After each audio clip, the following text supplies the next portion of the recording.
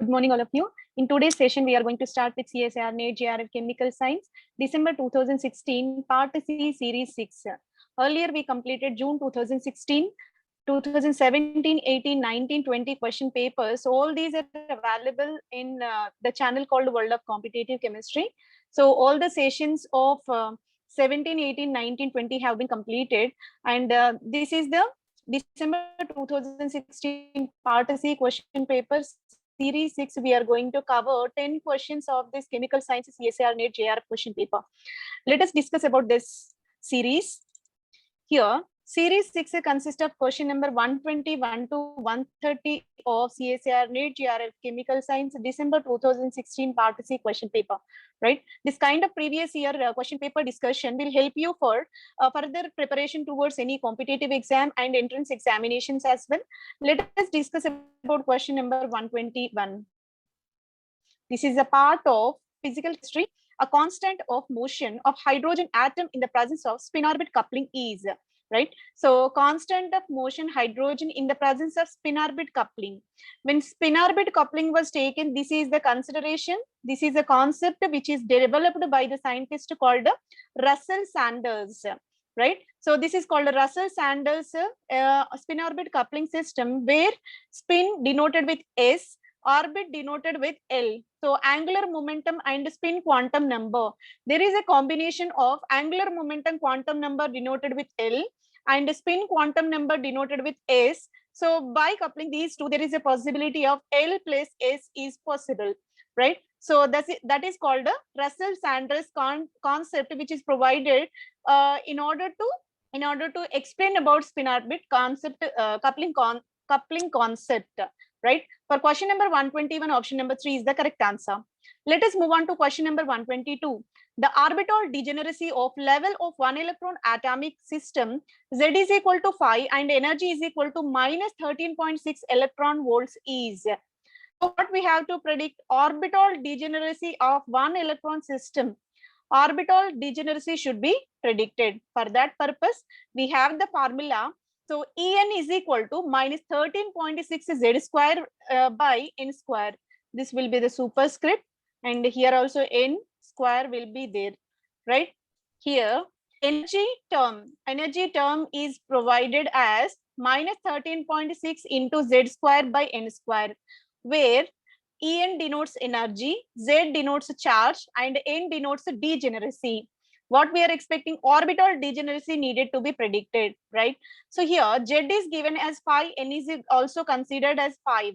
Here Z is taken as 5 and that N is also taken as 5, for example. Let us substitute 5 in the place of this degeneracy.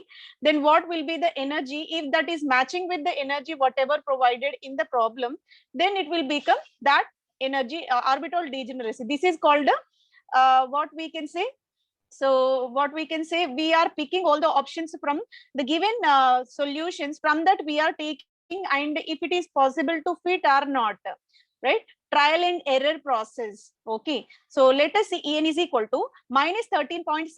Z value which is provided within the problem, so that is given as 5 square by, and N we are supposing it is 5. So that's why 5 square by 5 square will be taken. 5 square is nothing but 25. 5 square again 25. 25 upon 25, both the terms get cancelled. Now energy is given as minus 13.6 electron volts. That is provided within the problem. When it will be satisfied? When we are taking orbital degeneracy as 5, orbital degeneracy value as 5, then only En is given as minus 13.6. That's the reason why orbital degeneracy value will be 5. This is called trial and error process. We have to choose the formula first. What is the formula? En is equal to minus 13.6 into Z square by N square. En denotes energy. Minus 13.6 is the value itself, and Z is nothing but Z value provided within the problem. So here Z is nothing but charge. N denotes what? Degeneracy, right? So Z value is given, and we are assuming it may be 5 from these options provided. This is called trial and error. Then after substituting 5 square get cancelled, then energy is denoted as minus 36. Exactly match whatever given the problem. So that answer will be Simple, that is option number 2. Question number 122, option number 3. Let us move on to question 23. If we write a normalized function psi is equal to a pi, then pi is also normalized when? Okay, so question from quantum chemistry, right? Now let us see whether whether this pi value is Hermitian, anti-Hermitian, unitary, or any linear operator. From these, which is the correct option we have to predict. For that purpose, normalized wave function psi is given as a cap pi. So a cap pi, that is given within the problem itself. Now psi star psi dx is equal to 1. A square integration pi star pi dx is equal to 1, right? So here we can expand this equation in this form. So here, how can we expand? A square, because psi value is a pi, right? So instead of psi, we can substitute that a pi. Then psi star denoted with pi star a. So if we substitute that, what happens? A square integration psi star psi dx is equal to 1. Just to be substituted the values of these two psi. That is nothing but a cap pi value is substituted, right? Here, one is pi star and either is pi. Both get compensated. Now it will become a square is equal to 1. So when it will become normalized, a cap value is unitary. A cap value is unitary. Then only this pi is said to be normalized. So in this way, we can go with the derivation of this quantum mechanical question, right? So question number 123, option number 3. A cap is unitary is the correct answer. So for question number 123, option number 3 is the correct answer. Let us move on to 124. The ground state of certain system with energy epsilon 0 subjected to perturbation V, yielding first order correction epsilon 1. If epsilon E naught is the true ground state energy, perturbed system, the inequality that always holds is, right? So here, ground state certain system with energy epsilon 0 is subjected to perturbation V, yielding first order correction epsilon 1. If E naught is the true ground state energy, perturbed system, inequality always holds. Inequality is always holds when it will be? When epsilon is smaller than is equal to epsilon naught plus epsilon 1. Epsilon E naught is smaller than is equal to epsilon naught plus epsilon 1. That is provided in option number 4. For question number 124, option number 4 is the correct answer.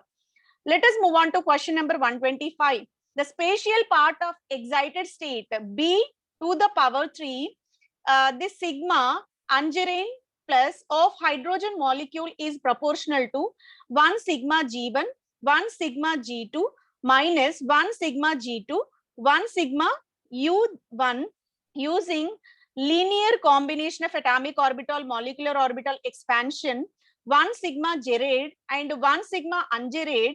In terms of 1s atomic orbital, one can infer that this wave function has. Here, the term symbol is given and this wave equation is also given in accordance with LCAO postulates. So based on this, whether the molecule is ionic, covalent, or both ionic covalent is there, neither ionic nor covalent, what kind of compound it is. Based on this LCAO, whether it is possible to predict its nature of the bond. So let us repeat the statement which is provided. 1 sigma Gerane 1, 1 sigma Angerine 2 minus 1 sigma Gerane 2, 1 sigma Angerine 1. If we observe 1 sigma Gerane 1, 1 sigma Gerane 2 was there and 1 sigma Angerine 2, 1 sigma Angerine 1 is there. So this equation is said to be unsymmetrical in nature. Both the parts are not exactly compensated, right? Hence we can say it is anti-symmetric.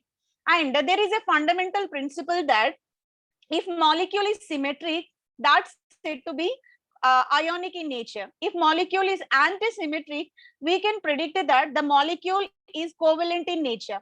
So this molecule is covalent because all the statement provided within the problem is unsymmetrical in nature. So that only covalent part will satisfy this statement. So here for question number 125, option number 2 is the correct answer. And the next question 126, the highest molecular orbitals for excited electronic configuration oxygen molecule is 1 pi Gerard 1, 3 sigma Angerade 1. Okay, so actually ground state configuration will be like this. How it will be? 1 pi angerane to 1 pi gerade 4 will be there. So this is the electronic configuration of oxygen molecule in the ground state. But they gave oxygen molecule at the excited state 1 pi gerade 1, 3 sigma angerade 1 is given. A possible molecular term symbol for this will be here. How it will be? And upon excitation, one of the electron present in this gerade and one of the electron entered into 3 sigma angerade 1. 1 pi G1 can be represented in this manner. One of the electron present in place 1 angular momentum quantum number, right? Then L value is denoted as 1 and S value becomes 0. If we apply the spin multiplicity 2S plus 1, 2 into 0 plus 1, it will become 1. Okay. And one more electron is present in this, in either orbital, that is excited electron entered into this orbital called 3 sigma angerane, nothing but 3 sigma antibonding orbital it is. Now let us see, electron is denoted with the lower spin, that means it is in the opposite spin state, so that S is denoted with minus half. Then we can substitute entire spin multiplicity becomes 0. When we sum up the both the values, here 1 is there, here 0 is there, so here spin multiplicity 2s plus 1 will become 1 only. Then what is the L value? L value is given as 1. If L value is 1, L value is 1 for the molecule. L value is 0 is nothing but, so L value is 0 is nothing but sigma. L value is 1 is nothing but pi. L value is 2 is nothing but delta. So in this way, for molecule, term symbol is assigned. For atomic term symbol, how it will be? L is equal to 0, S, L is equal to 1, P, L is equal to 2, D, L is equal to 3, F. Those are the term symbol for the atoms. But within the problem, they mentioned highest molecular excited electronic or oxygen molecule. They're asking for oxygen molecule. That's why, being it is the L is equal to 1 system, we have to assign molecular term symbol. L is equal to 0 will be sigma. L is equal to 1 will be pi. That's why here pi will be denoted, right? Spin multiplicity, superscript will be 2s plus 1. So 2s plus 1, 1 plus 0, it will become 1 itself. Then subscript will be 1 by 2. So 1 pi is the term symbol that is provided in the option number 1. For question number 126, option number 1 is the correct answer. Let us move on to question number 127. For a water molecule, electronic transition from ground state to an excited state of B1 symmetry. Okay, we are taking water molecule so that electronic transition is possible from which level to which level? Ground level to B1 level. Ground level is denoted with A1 and B1 level. So there is excitement from A1 to B1 is possible. Let us consider the table. We are going to excite from ground level A1 to excited level B1. Ground level term is given as identity element C2 symmetry sigma V dash is given as 1, 1, 1, 1. In case of B1, the values are provided, symmetry elements are provided as 1, minus 1, 1, minus 1. Now let us take the product of these two. We are going to multiply these two terms. 1 into 1, it will become 1. 1 into minus 1, it will become minus 1. 1 into 1, 1. 1 into minus 1 itself, right? So here the X polarized term symbol will be taken. For example, again, it is a kind of trial and error. We are going with X polarized coordinates. So by taking X polarized irreducible representations, those are 1 into minus 1, minus 1. These terms will be taken. 1 into 1, it will become 1. Minus 1 into minus 1, it will become 1. 1 into 1 again 1, minus 1 into minus 1, it will be 1. So this will be the product, which is exactly allowed statement. Then when it will be allowed? When the condition is X polarized. When the condition is X polarized, the product of A1 and B1 will become allowed kind of transition, right?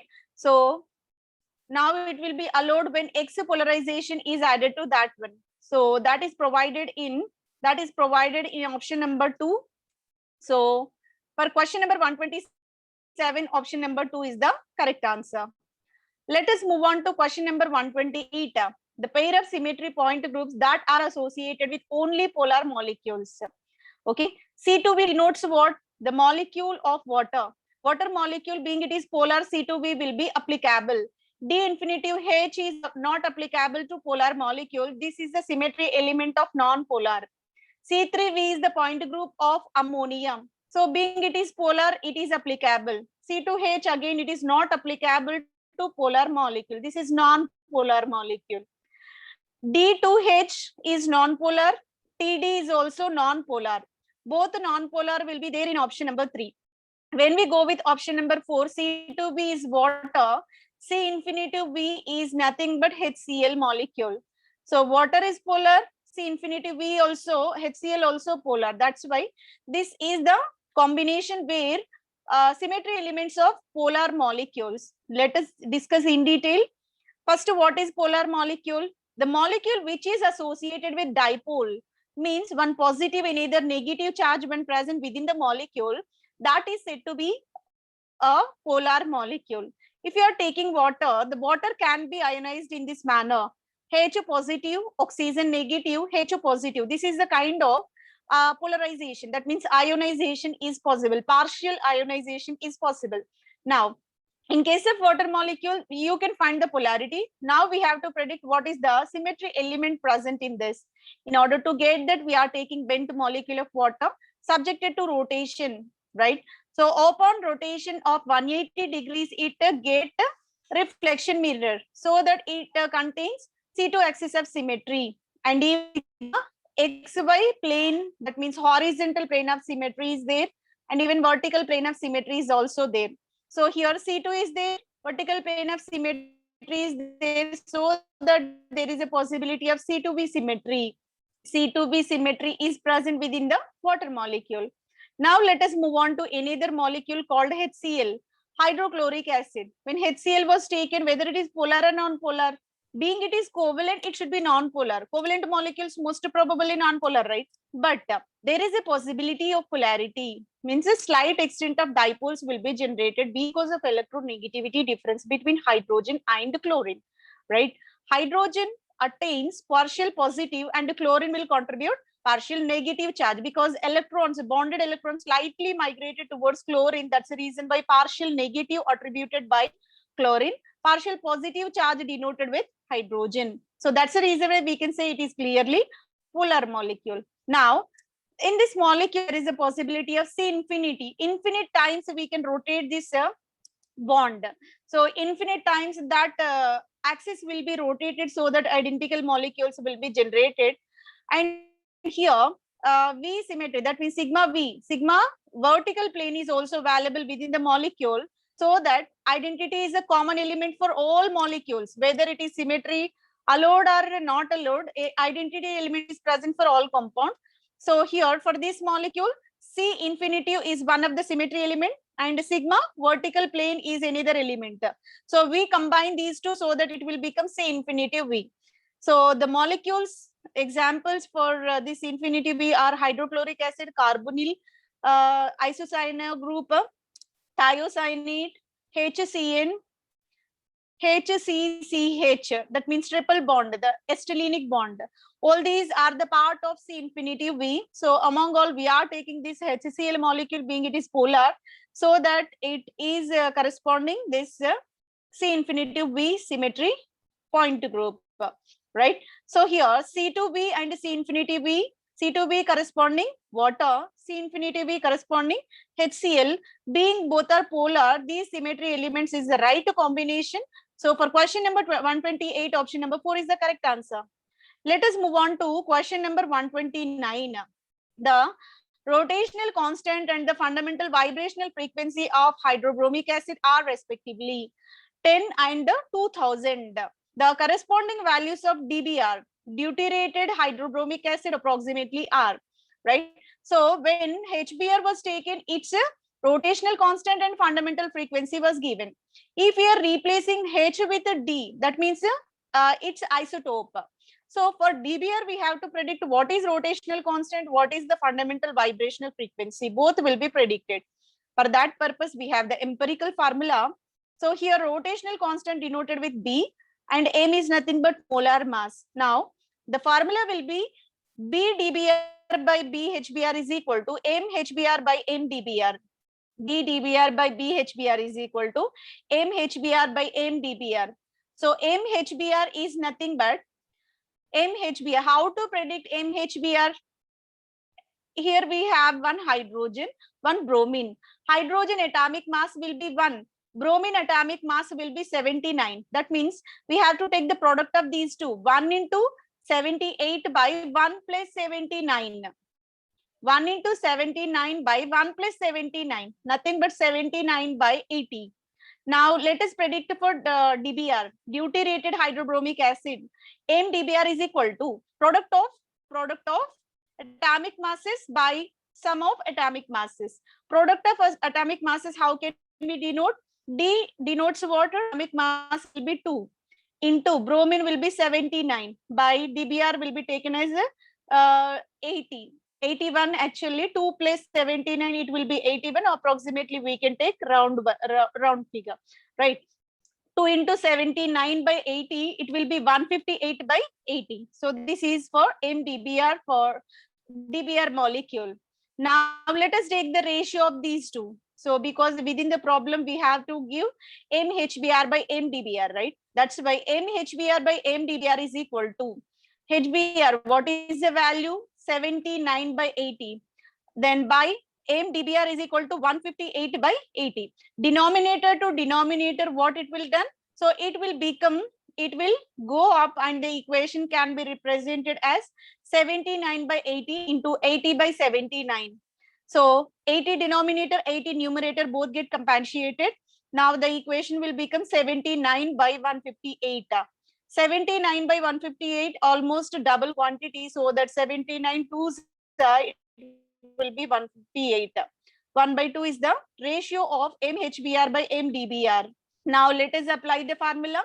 BHBr by BDBr is equal to MHBr by DBr. B denotes what? Rotational constant. That should be predicted for DBr, right? So that's why BDBr is equal to, so here BHBr by MDBr by MHBr can be taken. What is the hydrobromic acid rotational constant? 10. So that is taken as 10. 10 by MDBr by MHBr. HBr by DBr value is 1 by 2. Then DBr by HBr value is 2 by 1. Now 10 by 2 it will be 10 by 2 is taken as 5. Then rotational constant of DBr. This one of the question we solved, that is rotational constant of DBr molecule is 5. Now we have to predict the second half of the question, that is vibrational frequency. Vibrational frequency is given by V DBr by V HBr is equal to root M HBr by M DBr. Okay, so here V DBr only required for us. V HBr will go that side. Now it will become root 78 by 80 into 80 by 78, because we have the values of these two, right? Simply this ratio is given as 1 by 2. Already we predicted this value also. So that under root 1 by 2 is the value of this root MHBr by MDBr. Now let us substitute within the problem. VDBr is equal to VHBr into root MHBr by MDBr. That is nothing but VBr. What is the vibrational frequency of hydrobromic acid? 2000. Let us substitute that. 2000 into root 1 by 2. 2000 into root 1 by 2, it will be calculated as 1414. So 1414 option is not there within the problem. Almost it is equal to 1410. So total constant is 5 and 1410 is the vibrational frequency. That is provided in the option number 4. So for question number 129, option number 4 is the correct answer. In the last question of the series, it is a part of the following both microwave and rotational Raman active molecule is among the following both the microwave and rotational Raman active molecule to be predicted. First, we have to go with certain guidelines called the selection rules. So where Raman active molecule will be there, where microwave active molecule is there, and later we will correlate these two so that we will find a common molecule which is both microwave and Raman active, right? So Roman active, the molecule said to be Roman active when it satisfies polarizability. If the molecule is containing polarizability, change in the volume during the rotation and vibration. When it is rotated and also vibrated, there is a change in volume. Volume change is necessary. All homonuclear diatomic molecule are said to be Roman active. So symmetric molecule mostly considered as Roman active, like hydrogen, nitrogen, and C2H5OH. These molecules are Roman active in nature. Then let us predict selection rules for microwave active molecules. Molecules with permanent dipole moment are called microwave active. Permanent dipole moment is required for. If dipole inactive, molecule is dipole inactive, that will become microwave inactive. So dipole moment is the essential criteria for microwave activity. Molecule should be polar. Okay, polarity, that means charged species. One end positive and either a negative charge should be present within the molecule, then only it's said to be a polar one. So those two categories satisfied in nitrous oxide, N2O. N2O, what happens? Oxygen being more electronegative, it will carry partial negative, and nitrogen will receive partial positive charge. That is one condition with respect to this polarity. And dipole moment is also possible for this molecule, and this also said to be Roman active. So this nitrous oxide satisfying both the microwave and the rotational Roman active spectrum, right? So among all the given options, option number 2 is the correct one. For question number 130, option number 2 is the correct answer. By this, series 6 containing questions from 121 to 130 have been completed. Thank you very much for your patience listening. Thank you one and all.